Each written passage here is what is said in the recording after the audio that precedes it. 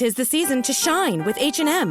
Discover the holiday collection and find fashionable pieces for your wardrobe or for under the tree. Get inspired and dazzle with this year's glam. From tuxedo styles, bow detailed pieces, impressive prints, and more. From unforgettable looks to unforgettable gifts. With fashion finds to home decor, find it all at H&M. Treat your loved ones and yourself this season. Shop in-store or at hm.com.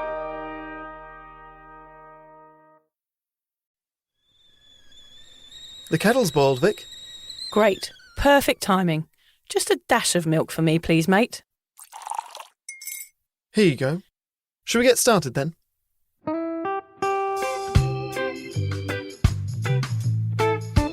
Have you ever woken up on a Sunday morning and said, I'm never drinking again, and then found yourself waving $50 at a barman by happy hour? Are you wondering why everyone else can stop at 1 while you head to a dodgy after-party with a weird bloke called Disco Dave? If so, it might be time to take a deeper look at your relationship with your reliable social crutch, alcohol. On each episode, we'll investigate our own dysfunctional dealings with booze and find out if it's possible to stop this deeply ingrained habit before things get too messy. Yep, we're going to open up a shame shed of humiliating drinking stories to help you understand why waking up from a booze coma each weekend with a kebab sticking out of your top pocket might actually be negatively impacting your health.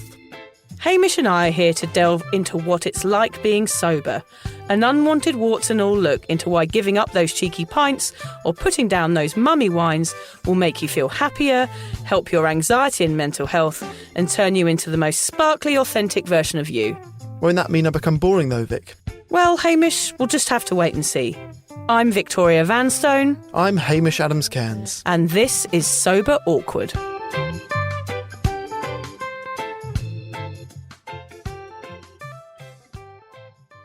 Alan, can you name 3 things that you like about yourself? How long have you got? Yeah, half an hour? Oh, I'll go and write a list. Yeah, he's got a few. A list of things that he likes about himself. He's very self-assured, isn't he? Yeah, it's good, isn't it? Yeah, it's good. He likes himself. He has his flaws, but he's confident about all he likes about himself. Yeah, we like that about people. That's a good thing to know about yourself. You've been itching to tell me a story all day, but saving it for now. I have. This is your opportunity. I just had a funny conversation with my daughter this week, which I wanted to share on the podcast because it made me chortle.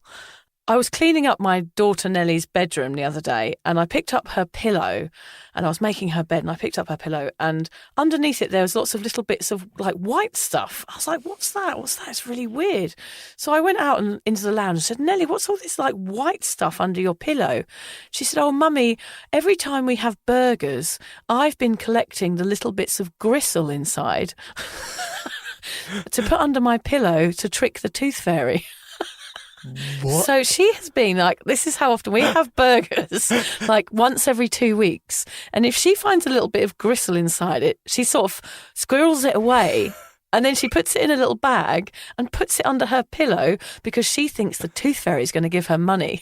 Oh my God, she's a genius. That is total genius. I mean, it's half genius, half madness. Oh yeah, there's ants and maggots all under that pillow with it as well. I mean, my daughter is storing rotten meat under her pillow at night. It was quite the find, I can tell you. She is at that fun age at the moment where she constantly has at least one tooth that is shaking. Every time I come round, she's like, hey, look at my teeth. Yeah, there's one that's facing the wrong way or one that's 3/4 of the way out. It happens when you're 6. You sort of turn into Nanny McPhee. Yeah. It's like the people on The Simpsons. All the English people have terrible teeth. She's like that. She's like got rotten teeth. One's fallen out. One's falling out. One's wobbly. Yeah, so she's got lots of weird random things that I will share with you often, Hamish. But she's so creative. I can't help but love her, of course, because she's my daughter. But her creative mind really inspires me sometimes. She's going to be a scam artist. That's what we're getting at here. Yeah, hopefully she can give me a bit of a backhand. But this week's been different to previous weeks because I was the one setting the challenge, Vic. Yeah. And we have just returned this minute from Brisbane. Yep. Where I took you to a breathwork course. How did you find it? Well, I just cannot believe that experience was just so overwhelming for me. I just can't believe that we've just been through that together, quite honestly, Hamish. It was quite an emotional roller coaster. But when I walked in, I was really nervous and really self-conscious because I was in a new place with people I'd never met before. And I'm not a very spiritual or outgoing person when it comes to that kind of realm. I'm very judgy and kind of go in there with a sort of negative frame of mind. So, I went with you because it was a challenge and it's something that I wouldn't normally do, and I was up for it. So I went in feeling nervous. I came out feeling changed. Amazing, isn't it? So it's a company called Breath Collective, and we started off by sort of getting to know each other, having a quick conversation, moving. So let's get you moving around the room. Then we had to do an exercise when you chose a partner that wasn't someone you came with, and you shared your sort of happiness and your vulnerability, and then you reflected it to each other and tried to ascertain what they were going through. And then we started this breathwork. Yeah. And it was a journey, wasn't it? It was. I cannot even describe to the listeners what went on in that hour. And I'm not prone to that sort of thing. But I just thought, right, I'm going to relax, I'm going to give it a go, and I'm going to breathe, and I'm going to do what they tell me to do. It's an hour of my life that I'm going to give over to these people because I guess they know what they're doing. And in it, the thoughts that came up and the emotions and so many things about my children, about my work, and about how I'd sort of lost my way a little bit and my connection with my family and myself. I mean, it was really intense. I've never experienced anything like it. And I think for anybody out there that ever wants to try anything different, go and do one of those breathwork courses, because it is actually just a fascinating day out for you to learn something about yourself and actually understand your emotions and how much is repressed that needs to come out. And I just felt so much lighter afterwards. I felt like I'm going to change some of the things that I do, and that I'm going to be more conscious about my behaviour, and that I'm going to live I'm going to live a life that's more fulfilled just because of that couple of hours I spent in a room with some random people today. So, I highly recommend it. It was wonderful. I really enjoyed it. Me and Hamish had a nice cuddle, didn't we, afterwards? Yeah, we did. It was really nice to connect with people in that way and be rid of ego and all of those things. And I think to connect it to drinking, so Chris, who runs it with his partner Anna, he's been sober since 2018, and he says, this is something that we can all do. Can really connect to the people in the room sober. A lot of people come to this, it seems, when they find the sobriety. And actually, both of us talked about feeling high in there. We're not drinking. You're literally just focusing on your in and out breaths, and you are vibrating. I mean, you were so energized at the end. It was better than being drunk, It was much better than being drunk. Because there was no down from it, was there? It was like we just felt amazing. We did something really cool, and it helped us understand some of our own behaviours, which is really interesting. I can't imagine anyone would come away from that going, oh, that was shit. Yeah. Would they? Yeah, exactly. Even if it's out of the comfort zone, which it is for many, many people. Even the people in the room were admitting, this is way out of my comfort zone. I don't know how I'm going to feel. And they all came away going, wow, that was pretty amazing. I'll do it again for sure. Yeah. Now, we know that some of you joined the Give Up Club and are now about 9 weeks into your sobriety, and will be experiencing some of the huge wins that jog alongside giving up drinking. So today we want to talk about all of these advantages so that anyone that is listening can be inspired to start their sober journey. I know you love that phrase, Vic. Yeah. And those that are already on this twisty-turny path are encouraged to carry on. Yes, I guess like today, it is a journey of some sort. Maybe we can say sober escapade or something like that, if you Hamish. prefer. Yeah. Lucy and I did an episode about a year back called The Gift That Keeps On Giving, because sobriety really does get better and easier the longer you do it. So today I want to tell you what has changed for me since then and find out what Hamish has in store. I also want to hear from some newly sober cuppa members to find out what positives they've experienced in the wibbly wobbly early days of going alcohol free. Great. I think this could be really motivational, Vic. Personally, I feel like I'm doing well so far and am reaping lots of amazing benefits, which I can't wait to share. I'm looking forward to hearing how others are doing. It helps inspire me and keep me on track. Today, you will go away understanding how sobriety is like a well-fitted suit. It's smart, it's slick, it builds your confidence, irons out your problems, and even though the trousers sometimes get stuck in your arse crack, it's way better than that dirty old pinstripe ensemble you found at the op shop in 1984. It's time to measure up and find out why going sober suits you, sir. Ooh, suits you, sir. Let's start with the outside. the surface level stuff. I see lots of people before and after online posting pics of themselves comparing rock bottoms to smiling selfies. I admit, Hamish, they are quite inspiring sometimes, but I do still wonder what's really going on under that new six-pack and those bright smiles. Are you 100% better if you look like you are? I'm not so sure. I think it might be a bit misleading. I agree. Sobriety has got nothing to do with your outsides or how others perceive you. Having a pert bottom and a perfect button nose does not mean you are happy. I don't know, Hamish. Are you talking about me there? You know I am. Anyway, sobriety is all about fixing the inside. Your brain, your heart, your general mental and physical health is what really matters here. Even though we don't want to be shallow, before we get under your skin, we want to share some of the changes we have seen on the outside so far. Yeah, I'm still waiting for that pert bottom, Hamish. It'll come. Sobriety, unfortunately, has made my bottom a little bit more saggy. Oh. Yes. But really, feeling good outside can instill a sense of accomplishment in you, and feeling good about how you look, as long as it's just for you, will spur you on this sober passage. Passage. Yes, Hamish, I'm going with passage. So, my newly sober friend, have you noticed any changes to your appearance so far on your sober endeavour? Yeah, so the first few weeks, I guess one of the first things I noticed was that I have less spots. I feel okay. Which is always quite embarrassing. I feel like spots are okay in your teenage years. As soon as you hit 30, you're like, oh, I thought these don't happen anymore. But they have been happening, but less so. Or I don't even remember the last time I had a biggie since going sober. I don't think of you as being very spotty. No, thank you. Are they spots on your face, or is it your spotty botty? I've never seen any spotty botties. I've heard a rumour. I've heard Liz, your wife, has told me, he's got a very spotty bottom. Yeah, hey, no mankini this time, mate. Not with that spotty botty. So generally, I feel like my skin has been in a better state, which is good. And I feel like although I'm more tired than I've ever been, obviously with the birth of my son Sonny, I feel as if I've looked a lot worse when I've felt this tired before. Yes, right. That makes sense. That does make sense. The bags are not as bad as they have been in the past. I feel as if physically I'm in good shape. I just beat my best half marathon time from last year. And actually, I did less training than last year, but I didn't drink. Okay. So I wonder if that helped. Who knows? I also feel good about the fact that I'm still going to the gym the same amount that I did before, but I'm not undoing all of that work by then getting hammered at the weekend. Okay, yeah. So I can't say that I've given up drinking and now I'm really, really musty and really, really strong, but I feel good that the work is probably maintaining. Yeah. It's not being undone by getting hammered. Yeah, totally. I totally get you. I thought when I gave up, Hamish, that it was just about giving up drinking. Turns out I was totally wrong. It's much more to do with the changes that I noticed in myself when I looked in the mirror in the morning.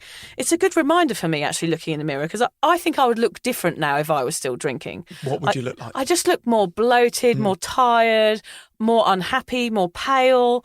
I didn't go out on Sunday, so I didn't get the sun on me, so I generally just didn't look as well. Mm-hmm. When I look back of pictures of me in my early 20s, I don't look well, and especially in my eyes. I call them like dead shark eyes I've got. They're just black and there's no one in there. It's really horrible to see, actually. So yeah, I definitely look better now than I did when I was a drinker. A lot of people find that their stomach shrinks, actually. I haven't had that so much, but I have had 3 kids.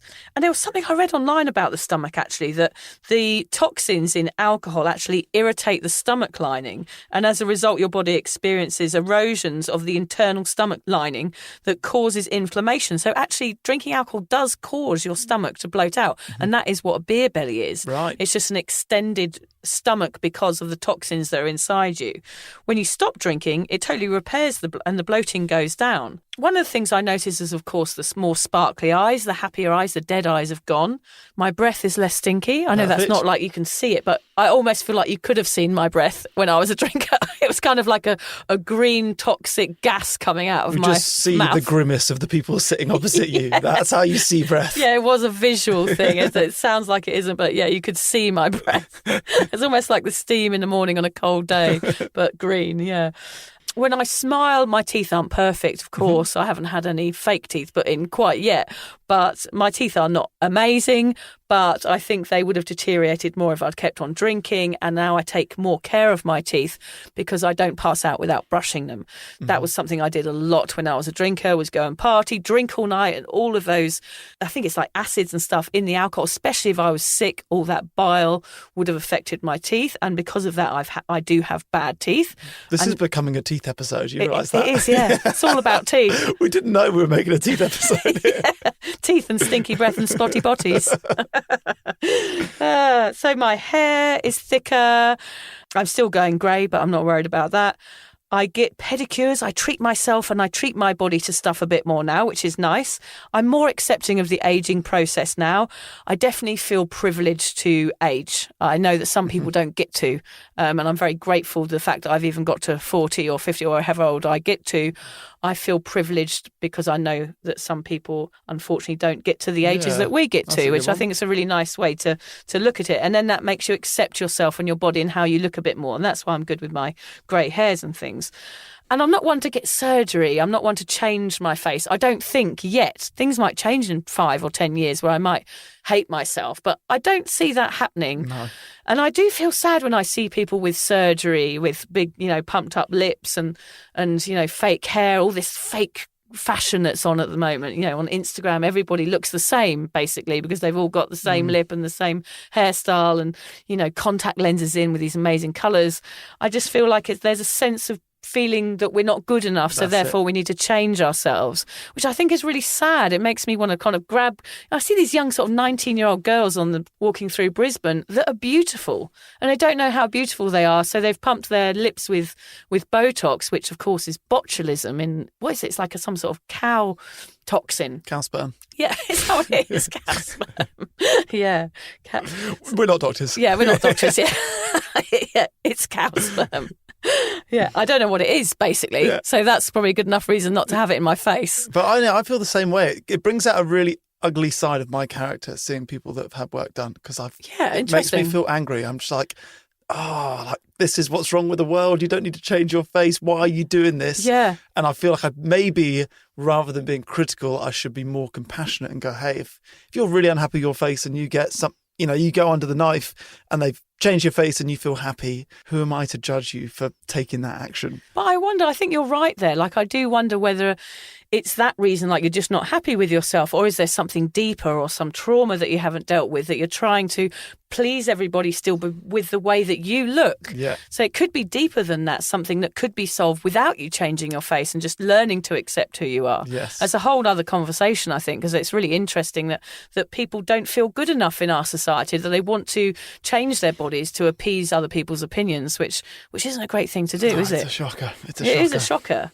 So there's so many things. Yeah, my clear skin is definitely one. And taking off my makeup at night helps. I never used to do that. I just used to pass out with all my makeup on and then my skin would be all horrible in the morning. So now I just take care of my body more. I'm more aware of it and more conscious of what I do with it. And that makes me more accepting of the way I look. The skin's a big difference that newly sober peeps experience very early on.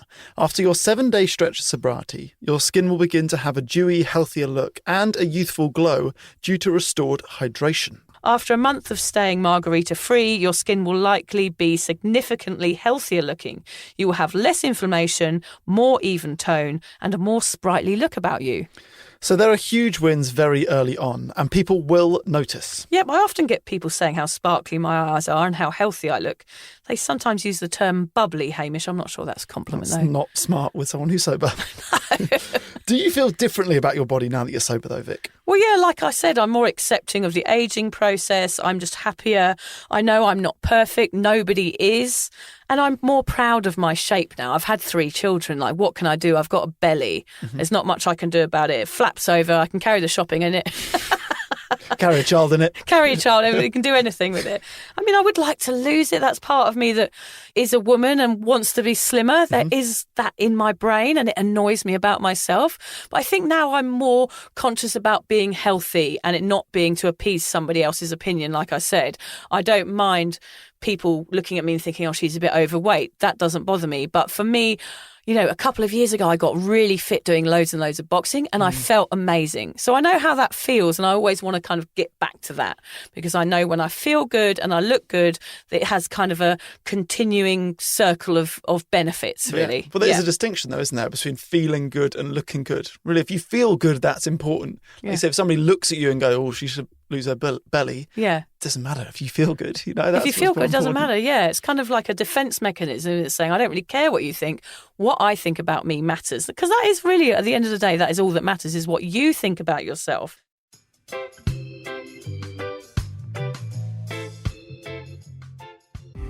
Nurses, we just want to thank you for everything you do. We are ShiftKey.com. Log on today and connect to open PRN shifts in your area.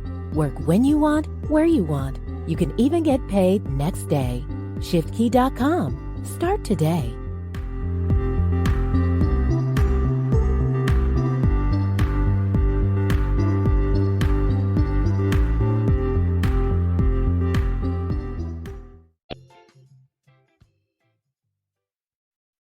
So I'm just grateful that I'm here and that I'm alive and that I'm healthy. I do want to do more exercise, but with 3 kids and everything I do, time is an issue for me.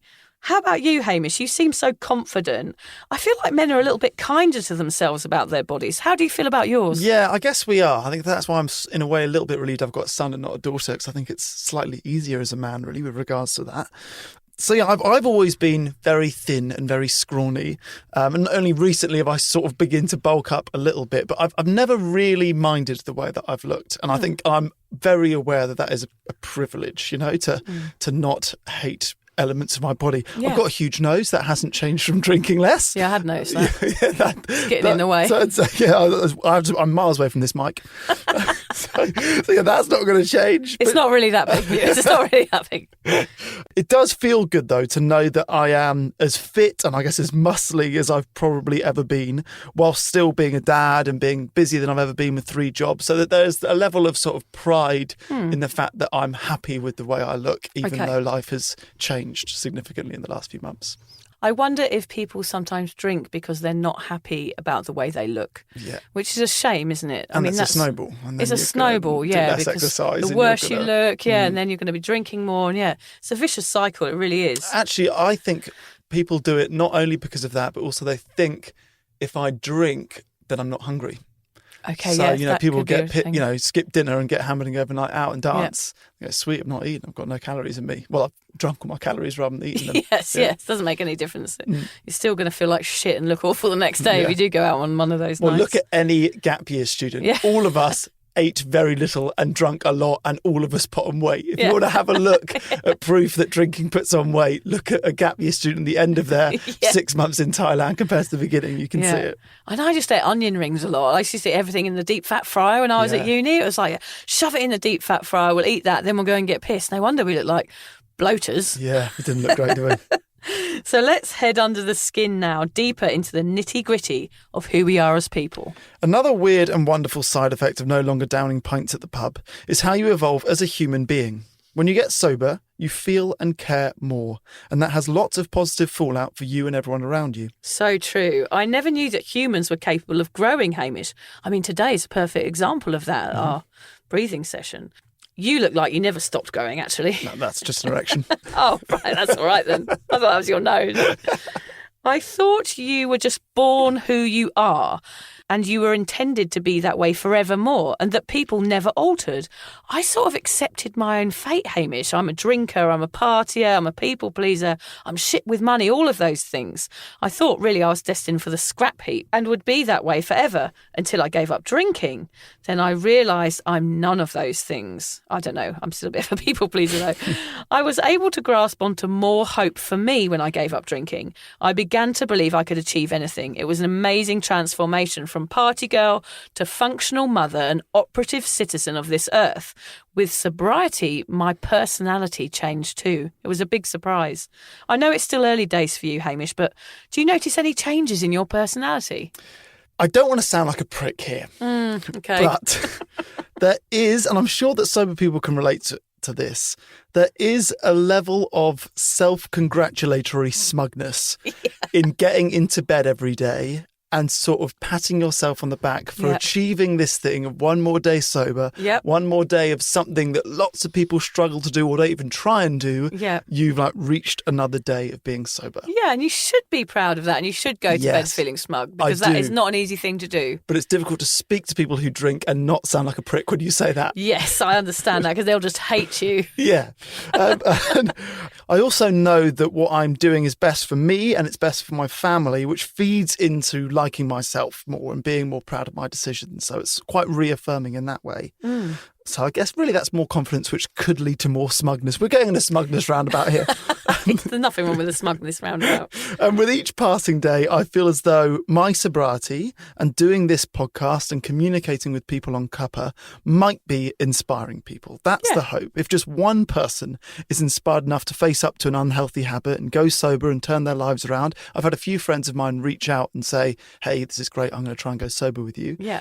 That would be my biggest motivation. And I can't overestimate the effect that you and Lucy have had on people's lives already in just starting this podcast. And I guess I want to carry on that work and do the same.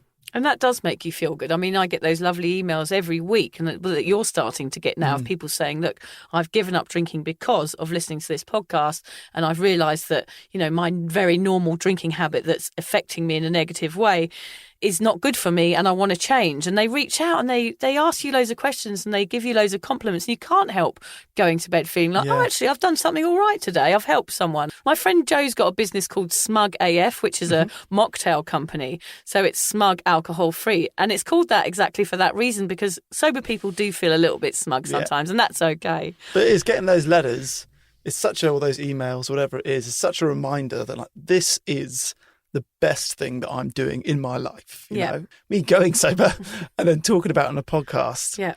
And, the people that reach out to you from all over the world, it's just the best decision ever for me. Yeah. And you've had it for years. Yeah, you've had people saying that for ages. Yeah, and that's what keeps me going, actually, is sometimes I doubt myself. Of course, I have moments of doubt and self-awareness where I think, gosh, putting myself out there like this, telling all my awful stories. But if it helps someone, that's what keeps me going, keeps me motivated. Yeah. And that makes me feel good doing that. There's nothing wrong with that. And it makes us feel good to hear your terrible stories. Yes, yeah. My bottom stories, they're always bottom related or fanny related, aren't they? Yeah, it's some usually awful STDs. Sexcapade. So for me, sobriety has changed me hugely in many ways, even since last year, since me and Lucy did that other podcast. A friend of mine, Nick, my good friend in England, he listened to the podcast and I hadn't spoken to him for a while, and he's been listening since we spoke over a year. He said, it's so weird, Vic. I haven't seen you or spoken to you for such a long time. He said, it is a different person speaking on that podcast compared to the person that I knew. And I said, why is that? Why is that? He said, well, you sound like you've matured and that you sound like you know what you're talking about. Because he knew me as someone that the only thing I was doing was, saying, right, let's go to the pub. What are we doing this weekend? There was nothing intellectual about it or authentic. It was just let's go and get pissed and find out what happens and go on an adventure. That was it. And then laugh about it the next day. There was nothing deeper than that. It was very one level. And he just said it's like a different person. And I can imagine, if you haven't spoken to me for since I got sober, it is very much a different person and somebody that's matured. And they say in the drinking world that you stop maturing the day that you start drinking. So I started drinking when I was 13 or 14, and I think I stayed stunted at that age for very many years. And that's what's changed, is that at 40, I gave up drinking and I've matured all of those 25 years in the last 5 years, which has been really interesting. So I don't have decks set up in my bedroom anymore. I mean, that's something that's changed. That's a bit disappointing. You'd be a cool mum. Yeah. And there's some other weird changes that I would never have expected. I care more about the environment, which is such a weird side effect of giving up drinking, especially dogs. I did a post on my Instagram last night. I just met this beautiful little chihuahua the other day. Don't get me near a rescue home or one of those dog shelter things. I will be adopting every single dog in there. Whereas before I didn't really care about animals. Yep. And I've been vegetarian and vegan ever since I gave up drinking, on and off. We adopted 50 dogs in a year. What? Yeah, we were in Sydney. We became friends with a woman who ran a rescue pound. Yeah. We got 50 dogs in a year. So what did you do with them? Where are they? We fostered them and then we'd find them homes. But it was wild. It was kind of good practice for having children. But Liz would go pick them up from the pound. Oh, and I'd how say, lovely. Liz, only come back with 2. Yeah, okay. And I'd come home and there would be 6. What, she'd come have on. 6 They're dogs in the siblings. house? I couldn't, that one was looking at me funny. Yeah. So yeah, it'll get you, dogs. Dogs get you every time. I mean, that's one thing that's changed is that rescue dogs, I just don't get me near them because I will adopt them all. I'm definitely better at listening. I'm a terrible interrupter. I know it about myself. It's just because I get very excited and want to tell somebody something quickly before they finish what they're saying, which is extremely annoying. I'm trying to be better at that. I'm trying to be more aware that conversations are a two-way thing. I'm more confident when I talk. I don't question what I'm saying as much. I understand friendships better as well. I know my boundaries now. I'm no longer desperate to be liked, and I know the people that I want to spend time with and the people that I don't. I recognise that now before I go. And I don't spend so much time trying to make people I don't like that much happy. I just wasted a lot of time doing that throughout my life. I accept silence, believe it or not, Hamish. I'm happy to sit in silence with someone now, which is something I could never have done before. I would have found it too awkward. I enjoy my own company. I'm kinder. I push myself out of my comfort zone more. I try and say yes to the things that I don't want to do. And I trust my hunches more. I'm better at making decisions and trusting that I'm making the right decision, which before I never really knew what I was doing. And the only decisions I was making was whether to have a pint of beer or a pint of cider, so it didn't really make Did you find that most of those changes happened in your first year of sobriety, or are they still happening even though you're now 5 years in? I would say the first year, it was just more of a day-to-day, I'm being sober and this is what I'm doing. I think the journey into the self, if we're going to go there. Here we are. One breathwork session. One Listen to her session. Now she's gone. I think that is over more than 2 years of sobriety. I think you start to learn to like yourself and understand yourself and work out ways how being who you are can help others. It's a huge change and it does take time. But if you stick to your sobriety, these are all the things that will happen. I don't care too much about the consequences. If I do make mistakes, I realise I can't please everyone. And as I said, I learned to trust myself, which was huge. That learning to process my emotions rather than drown them out with alcohol has been life-changing. So much good news here, Vic. That's all lovely to hear. There is a stigma around giving up drinking and people just focus on how boring it will be or how they will think their social life will suffer. But actually, it's so much more. It completely changes you, inside and out, for the better. You become more aware, more kind. So how does this happen? Why do we experience all of these bodily and personality changes when we stop the booze? Vic, you know we love a bit of science. Oh, I love a bit of science. Oof, sir. In simple terms, giving up alcohol fixes the brain and we begin to feel like ourselves again. Like I said, with that gap between me starting drinking and me finishing drinking. I didn't know who I was in that whole period. So you become the person that you were before you started drinking. Slowly but surely, your brain starts to repair from the damage that your drinking has caused. You actually heal, repair in every way. No matter if you're a binge drinker or a more extreme drinker, a one-sider at the barn dance kind of drinker, or a stay-at-home wine sipper. Pouring that toxic depressant down your throat will damage you and your lovely body in so many ways. It's a big sacrifice for such a short-term high. But amazingly, if you do stop, you get to meet yourself again. And it's wonderful, like meeting an old friend that you knew was there, but she got a little lost on the way to the lock-in. I miss the old barn dance. Yeah, I miss the old barn dance do they as have well. them here? I don't think they do. They don't on the Sunshine Coast. If anyone knows of a barn dance happening, please, can you please tell me and Hamish, because we will be there. Yeah. Or we'll organise an alcohol-free barn dance and we'll get our dozy dough on. Oh, yes. Down your partner, dozy dough. In short, quitting alcohol doesn't change your personality, but rather it reveals who you really are. That is exactly it. Yes, it shows you the caring, kind and emotional human that sat beneath that thick layer of boozy bullshit. Ego drifts away and you see you in the mirror instead of that scared, anxiety-filled, bloated face with the big nose. Thank you. As part of this episode, we want to get some insight from some of our lovely cuppa members and find out the changes that they noticed in themselves, like inside and out. We had Sharon email us and she said that sobriety has humbled her. She's less judgmental of people and things that are going wrong. She sees how her booze-entrenched life took over and she's so grateful that she escaped it. She says, I've become an observer and I'm quite happy to look and listen to people, especially at social gatherings when everyone's drinking. I'm happy thinking for myself and not following other people's opinions. Well, isn't that great? Yeah, good on you, Sharon. Eduardo says, I mean, my beer belly went away and my face is less puffed up, but the awesome changes are inside. Overall health is a lot better. Depressed days are more sparse. My digestive system is a brand new one. Oh, yes, nothing like a brand new digestive system. Lovely. Kath says sleep improved 100%. So many benefits from that one thing. That is a big one. Shannon says, I can handle emotions so much better. I'm way more happy and the sun shines brighter where I live. Yep, Mary says, I'm more content and peaceful. I don't have extreme mood swings. I don't take any blood pressure, anxiety or sleep medications.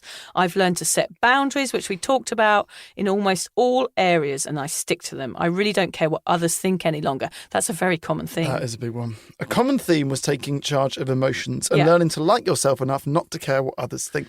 Yeah, I think I've never heard anyone ever say that they felt better and happier when they were a drinker once they've given up. The benefits of sobriety boot booze in that beer belly. So it sounds like for most, sobriety is empowering. You like yourself more, even though it can be a bit icky and uncomfortable at first. Each passing day is a huge leap forward. These wins, emotional and physical, egg you on to complete the next day. Then the year, then the decade. It's the wins that keep us going, Hamish. Vic and I both keep gratitude diaries, little books in which we write down all the things that we love or are proud of every day. It's a great idea. If you're new to sobriety, then start writing down the triumphs. Log them in any way. As each new emotion rises, express it. It's a great way to record your progress and see how far you've come. Yeah, that's such a good idea. I think there's a quote, it's Nelson Mandela, that says, there is nothing like returning to a place that remains unchanged to find the ways in which you yourself have altered. Nice. And being sober will alter you. It's incredible. And I know it sounds unbelievable to those people there that are listening, that are newly sober. It isn't about giving up drinking in the end. It really isn't. It's about you finding that person that is underneath the alcohol. It's really a wonderful journey. Look at you quoting Nelson Mandela. You wouldn't have done that back in your drinking days. No, I wouldn't have done that. I would have quoted the Spice Girls or something like that. Focusing on the outside, like we discussed, is a great start and will make you feel great. But it's that under the skin development that makes the eyes sparkle. Yeah, remember, sobriety is not about giving up alcohol, as I just said. It's about rediscovering who you are without it. Yes, it's hard at first being that person in the pub holding the lemonade or the orange squash, whatever it might be. And you might feel like your personality is kind of melted out of the bottom of your flip-flops.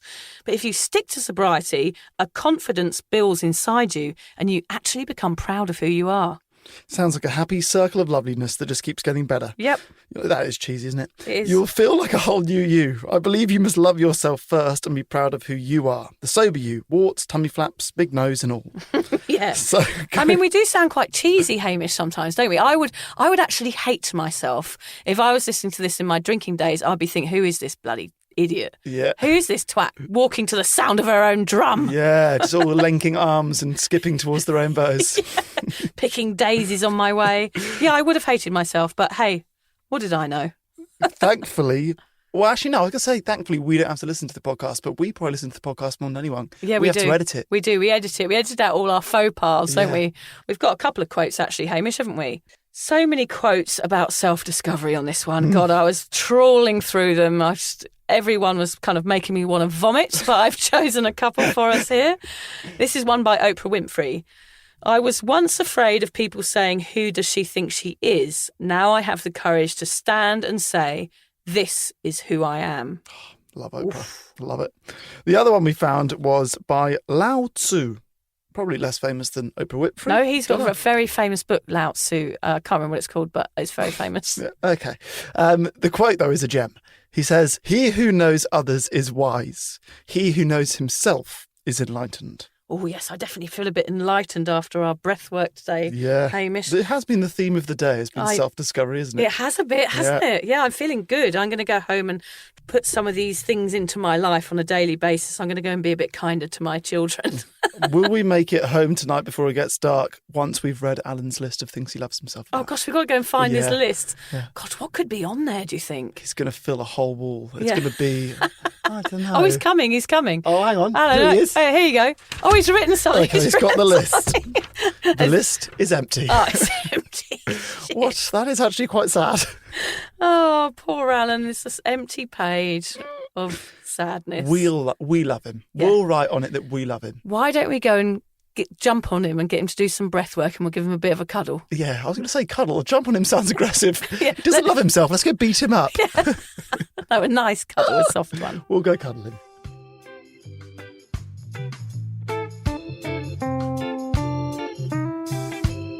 If you're questioning your relationship with booze, you're struggling to moderate, or your hangovers are causing anxiety, it might be time to reach out for some support. Yeah, just talk to a mate about how you're feeling, contact a local doctor, find an AA or sobriety group. Vic's got one. Yeah, just head to www.cuppa.community. Remember, if you're questioning yourself, it might be time to seek support. Even though this journey can be awkward, it is definitely worth it. And if you've enjoyed the Sober Awkward podcast, don't forget to review it, rate it, and share it with your mates. Do they have to share it with their mates? Yeah, of course they do. I'm not doing this for nothing, Hamish. Bloody hell. How do they share it?